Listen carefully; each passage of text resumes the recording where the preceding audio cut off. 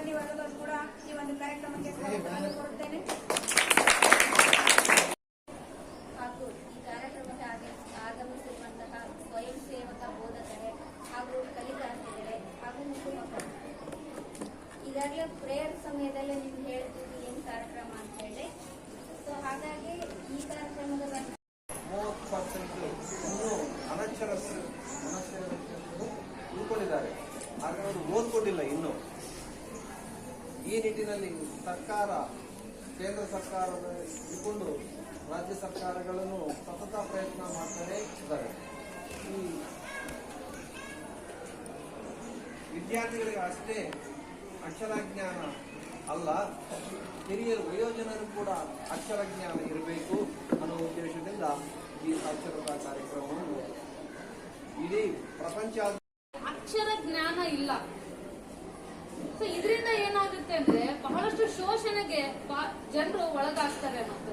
ಈಗ ನಾವು ಮೊದಲೆಲ್ಲ ನೀವು ಸಮಾಜ ಬುಕ್ದಲ್ಲಿ ಈಗ ನೋಡಬಹುದು, ಹಿಂದೆ ಈ ಜಮೀನ್ದಾರಿ ಪದ್ಧತಿ ಅಂತ ಇರ್ತಾ ಇತ್ತು.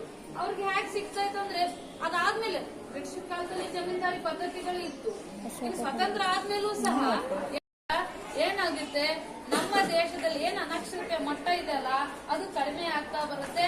ಮುಂದೊಂದಿನ ನಮ್ಮ ದೇಶ ಸಾಕ್ಷರ ದೇಶವನ್ನಾಗಿ ನಾವು ರೂಪಿಸಬಹುದಾಗಿದೆ. ಈ ನಿಟ್ಟಿನಲ್ಲಿ ಬರೀ ಸ್ವಯಂ ಸೇವಕರು ಮಾತ್ರವಲ್ಲ, ನಾವು ಆ ಜವಾಬ್ದಾರಿಯನ್ನು ನಮ್ಮ ಕುಟುಂಬದಲ್ಲಿ ತಗೊಳ್ಬೇಕು. ನಾವು ಇವತ್ತಿನಿಂದನೇ ಅಕ್ಷರಗಳನ್ನು ಕಲಿಸಲಿಕ್ಕೆ ಪ್ರಾರಂಭ ಮಾಡಬೇಕು. ಮಾಡ್ತಿರಲ್ವ ನೀವೆಲ್ಲ? ಹೀಗೆ ನಮ್ಮ ದೇಶನ ಸಾಕ್ಷರ ದೇಶವನ್ನಾಗಿ ನಾವು ಮಾಡೋಣ ಅಂತ ಹೇಳ್ತಾ ನನ್ನ ಈ ಅನಿಸಿಕೆಗಳನ್ನ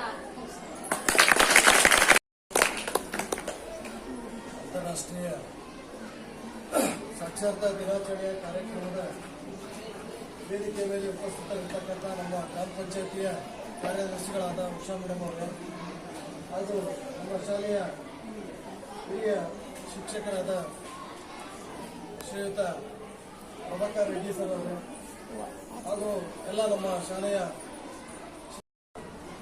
ಮನಸ್ಸು ಮಾಡ್ಬೇಕಷ್ಟೇ. ಸಾಮಾಜಿಕ ಕಟ್ಟಡಗಳು ಬಹಳ ಅದಾವೆ ನಮ್ಮ ದೇಶದಾಗ. ಇವತ್ತು ಗಂಡು ಮಕ್ಕಳಿಗಿರೋ ಸ್ವಾತಂತ್ರ್ಯ ಹೆಣ್ಮಕ್ಳಿಗಿಲ್ಲ. ಈಗ ನಿಮ್ಮನೆಯಲ್ಲೇ ಮಕ್ಕಳು ಇರ್ತಾರ, ರಾತ್ರಿ 8 ಗಂಟೆ ತನಕ ಅವ್ರು ಹೊರಗೆ ಅಡ್ಡಾಡಕ್ ಹೋದ್ರೂ ಯಾರೇ ನೀವು ಕೇಳಲ್ಲ. 9 ಗಂಟೆ ಆದ್ರೂ ಫೋನ್ ಮಾಡ್ತೀವಿ, ಮತ್ತೆ ಎತ್ತಿ ಬಂದು ಉಣ್ಣು ಮಕ್ಕ ಬರ್ತೀವಿ. ಆದ್ರೆ ಅದೇ ಸ್ವಾತಂತ್ರ್ಯ ಹೆಣ್ಮಕ್ಳಿಗೆ ಕೊಡಲ್ಲ ನಾವು. ಹೆಣ್ಮಕ್ಳ ಕತ್ತಾಗದ್ರೆ ಮನೆಗೆ ಬಂದ್ಬಿಡ್ಬೇಕಂತೀವಿ ನಾವು.